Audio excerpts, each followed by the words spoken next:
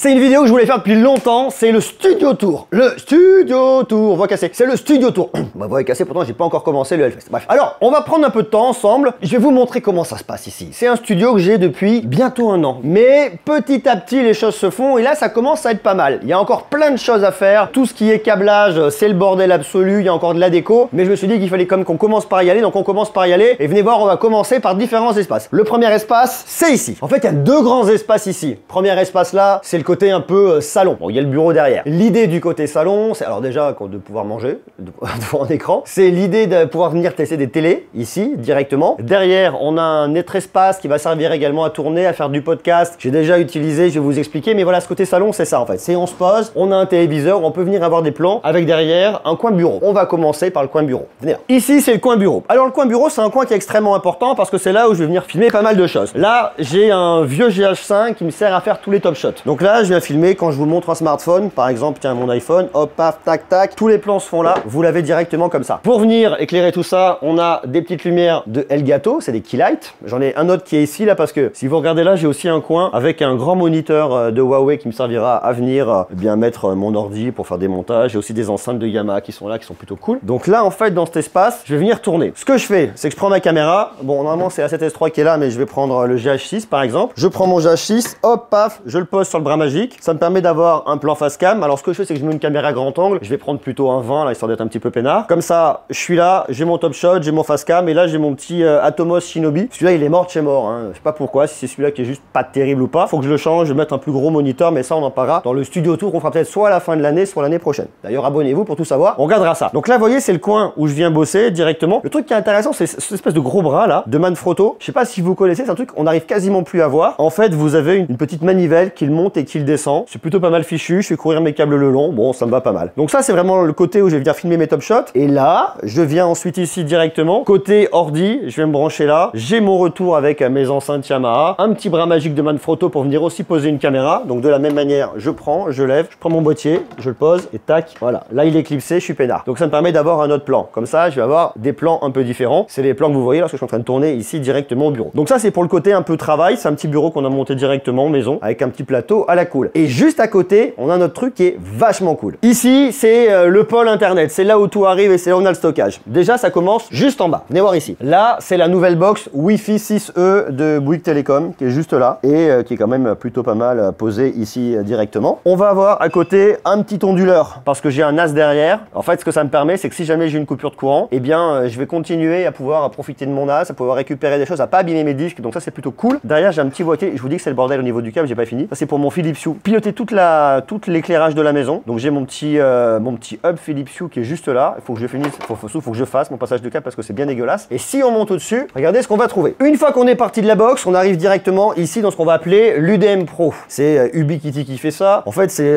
pour faire simple, hein, une machine qui va me permettre de piloter et de redistribuer tout ce qui va être internet. Donc le signal arrive. En fait, j'utilise ma box aujourd'hui plutôt comme une porte d'entrée. Ensuite, on arrive directement ici et là on va dire OK, t'es qui, tu fais quoi, tu veux aller où, je te laisse passer ou pas passer. Ensuite, on va envoyer le signal directement soit ici, il faut que je le pose en haut, vous voyez, c'est pas encore finalisé l'histoire, dans mon émetteur Wi-Fi qui est posé là, qui envoie le signal dans toute la maison. Je vais ensuite avoir directement mon switch où là je vais venir distribuer ensuite. Je vais partir dans mon NAS, je vais venir partir du switch directement ici et je vais venir partir également ici, là regardez, j'utilise ce petit boîtier, c'est un CalDigit qui me permet de récupérer du Wi-Fi dans ma maison. Je suis en 10 Go. Donc le 10 Go c'est vachement bien parce que je me branche directement en filaire depuis mon Mac directement ici et je vais directement dans mon NAS. Donc lorsque j'ai fini et que les fichiers doivent partir dans le NAS pour faire du backup ou pour que ça parte directement pour que l'équipe de montage vienne récupérer, eh bien je pars en 10 Go, ce qui me permet d'aller extrêmement rapidement en termes de lecture et d'écriture. Donc ça c'est vachement cool. Donc ça c'est bien. Et ensuite ça vient dans ce petit Sino là. Alors j'ai plus la référence du Synology. Je crois que je dois l'avoir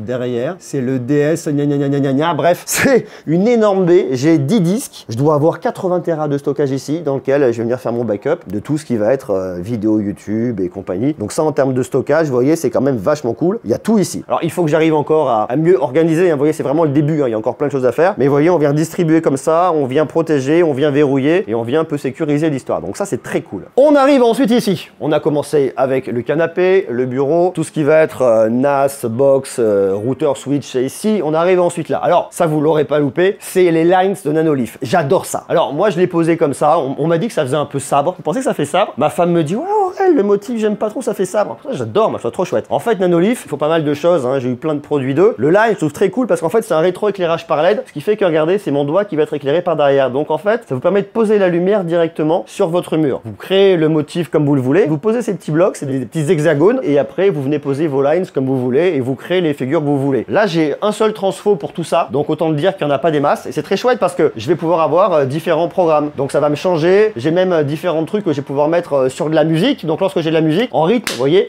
ça va venir taper. Alors là, pour que je l'ai en rythme, je crois que je vais mettre le truc musique. Et là, vous voyez, ça vient réagir.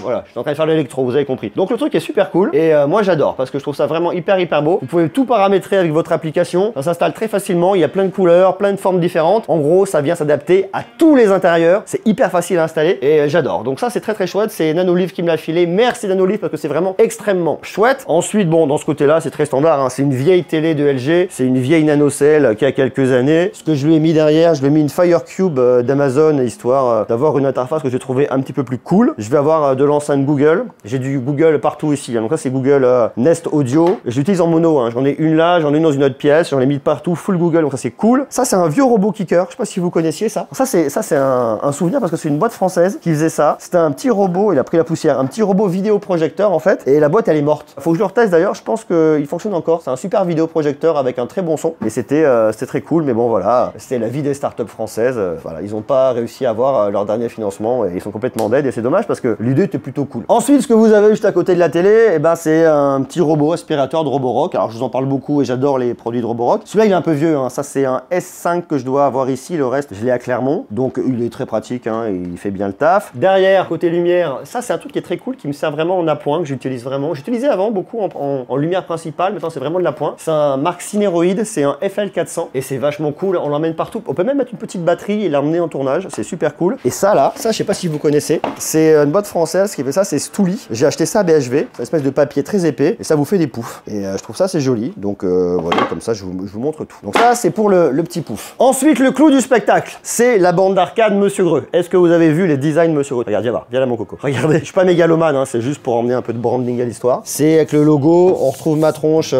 c'est mon visuel. Hein. Je suis pas du tout mégalo, je vous assure, hein. C'est vraiment une histoire de branding. Donc on a ma tronche d'un côté et de l'autre. En fait ça c'est une boîte française qui fait ça, c'est Flex Arcade. Allez voir, c'est vachement bien ce qu'ils font. Ils font des petites bornes d'arcade qu'on peut poser sur un bar. Je vous avais déjà montré dans mon précédent studio, j'avais ça. Et là, je l'aurais carrément acheté, la grande borne d'arcade, pour venir poser là, brandée avec la lumière Monsieur Greux. Là, je règle mon son, vous voyez.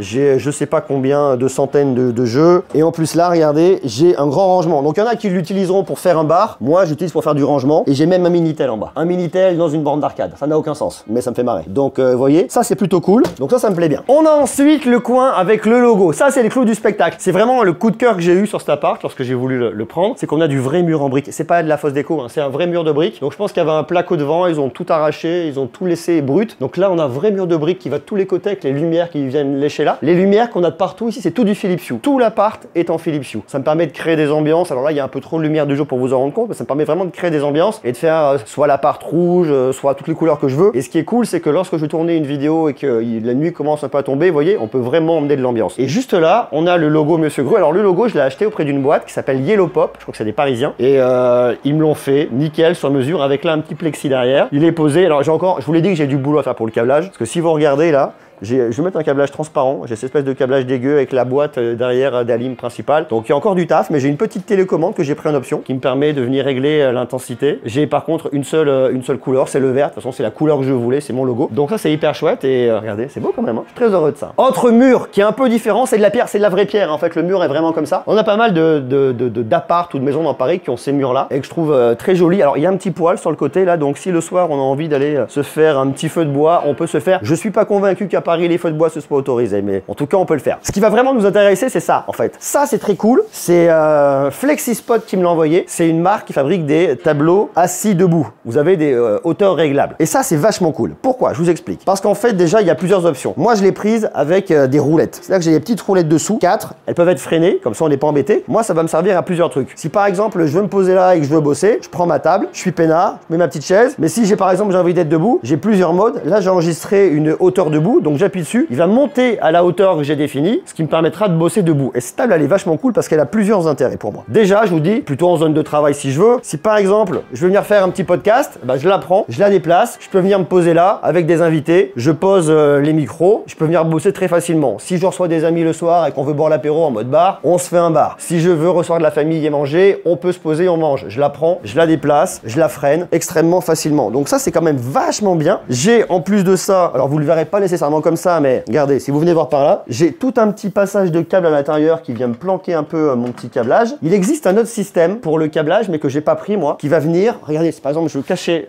faire monter plein de câbles et les cacher. J'ai tout un système de passe-câble, mais que j'ai pas installé. Que j'avais demandé que j'ai, mais pour le coup, j'ai pas installé parce que j'ai pas trop de câbles tout de suite que je viens utiliser. Mais j'adore l'idée de cette table parce que je peux quand même la monter vachement haut. Regardez, si je veux la monter au max du max, là je suis à combien? Là, je monte, je suis à 1m15, je suis à 1m20, je vais toucher la lumière, voilà. Là, je suis à 1m26. C'est le maximum que je puisse faire, mais 1m26, je peux m'accouder, je peux vous parler comme ça. Je suis pas sûr que ça me sert vraiment de la mettre à 1m26, sauf si je veux mettre une assiette et faire glisser la nourriture dans ma bouche comme ça. Mais vous voyez, si j'ai envie de faire des trucs très haut, je peux le faire. Et à contrario, je peux la baisser soit manuellement, soit avec différents modes. Je vais avoir mon premier pré-programme avec la taille que je souhaite, le mode 1, le mode 2. Je vais ensuite avoir le debout, je vous ai montré, c'est celui qui me va bien. Et après, j'ai un mode assis. En fait, en réalité, j'ai pas 2 modes, mais j'ai 4 modes. Hauteur 1, hauteur 2, debout, assis. Et ensuite, je vais le régler directement là. Et après, je peux venir verrouiller ça si je le souhaite, par exemple. S'il y a un enfant qui vient et que j'ai pas envie qu'il vienne modifier les trucs, je peux venir bloquer ça directement. Donc ça, c'est quand même super cool. Comme je vous le disais, là, j'ai un petit frein. J'en ai un de ce côté-là, j'en ai un de l'autre côté. J'ai 2 freins, en fait, ça permet vraiment de venir la bloquer. Regardez, je freine.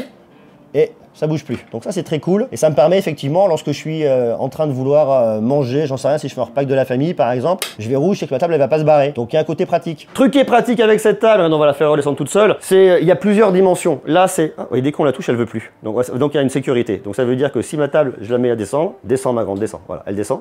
Je la touche, elle s'arrête. Elle revient à sa position. C'est magique, non? C'est un plateau en bambou là, c'est un 160 par 80. Il y a plusieurs dimensions différentes. Moi, j'ai bien aimé la finition de bambou, c'est très joli. J'ai pas encore filmé du haut, mais je le ferai comme ça, vous verrez différents plans, ça va être cool et plutôt chouette. Là, sur le côté, juste à côté du poêle, j'ai un petit tableau. Ça, c'est X-Reert. C'est un peu dur à dire comme nom. Qui me l'ont envoyé. En fait, ce qu'ils vont faire, c'est qu'ils vont prendre différents iPhones et ils vous montrent l'intérieur, comment il est fait. Ça, c'est un vieil iPhone 4. C'est super collector. Donc, vous avez différentes specs. Vous voyez en quelle date il est sorti. Et je trouve ça assez rigolo. Donc, je l'ai mis sur le coin comme ça, ce petit tableau avec effectivement, bah, vous voyez, vous avez votre batterie, les petits haut-parleurs. On va retrouver le dos de cet iPhone comme un iPhone mythique. Et puis, la petite caméra de selfie qui est là. On a les différents éléments. Donc, je trouvais ça assez cool de venir le mettre ici en point de détail et c'est assez joli. Côté éclairage, je vais tourner avec de la puture. Alors là, je vous le montre, j'ai un Lidom qui est un petit peu fat, mais qui est très cool avec la petite grille comme ça. Ça évite d'avoir un peu de bazar. C'est plutôt joli comme ça me plaît bien. Et derrière, je vais venir utiliser un petit aputure, c'est un 300X. Le 300X, il est cool. Je peux venir ajouter de la lumière de couleur si je le souhaite. J'ai des LED de couleur. Pas nécessairement ce que je vais venir rechercher ici, mais ce qui m'intéresse, c'est venir régler ma température de couleur. Je me suis mis à 5600 Kelvin, ce qui me paraît plutôt bien d'ailleurs, ce que j'ai sur la caméra tout de suite. Donc en termes de température de couleur, c'est bien. Et ça, vous voyez, je l'incline un peu sur le haut. Et pour tous les plans que vous allez voir, qu'on voyait directement avec le côté néon et le côté TV derrière, c'est avec ça que je viens m'éclairer. Ça, c'est assez sympa. Et après, on arrive ici. Alors ça, c'est des grands rangements où je vais venir ranger du matos. J'ai mon sac GoPro. C'est un peu le bordel, hein, mais j'ai un petit peu de matériel ici que je viens stocker. Et puis on retrouve sur le côté le trophée pour les 100 000. Ils font pas de trophée pour les 500 000, c'est dommage. J'attends le trophée des 1 million, mais je suis pas encore. Donc peut-être que dans quelques années, ça arrivera. Et il y a un truc que je vous ai jamais montré. Ça, c'est LG qui me l'a envoyé. C'est une figurine à mon effigie. Donc c'est moi les pieds dans la neige. Ils m'ont envoyé ça fin d'année dernière avec les petits LG, les petits écouteurs de LG. Je trouvais ça assez marrant. Donc ça, c'est LG en Corée qui me l'a envoyé. Donc on reconnaît surtout mon pull, j'ai l'impression. Et je trouve ça assez marrant. Voilà pour ce petit studio tour version... on est quoi? On est en juin 2022. Je vous ai montré montrer un peu les différents espaces, comment ça se met en place, mais on continuera parce qu'il y a plein de choses à raconter. Je vais aménager différents espaces, je vais vous montrer, je vais installer tout un truc là avec des grands, comment on appelle ça, c'est des drapés blancs là, pour venir faire des miniatures ici. J'ai plein de choses encore, tout mon câble management à faire qui est franchement dégueulasse, donc il y a quand même beaucoup de travail. Mais voilà, c'est une visite très personnelle d'un lieu que j'adore ici, avec cette ambiance, mur blanc au niveau de la télé, mur de briques derrière avec le néon, ce mur de pierre très blanc aussi de l'autre côté, cette table qui monte, qui descend, ce petit poêle qui apporte un côté extrêmement chaleureux. Donc voilà, c'est un lieu dans lequel je me sens bien, j'aime bien bosser, je suis chaud de vous faire des vidéos, j'espère que ça vous intéresse. Donc merci d'avoir suivi ce studio tour, et puis on se retrouve très bientôt pour continuer à parler de toute autre chose, de tech, et j'espère que ça vous intéressera tout autant. Je vous embrasse, prenez soin de vous, à bientôt, ciao.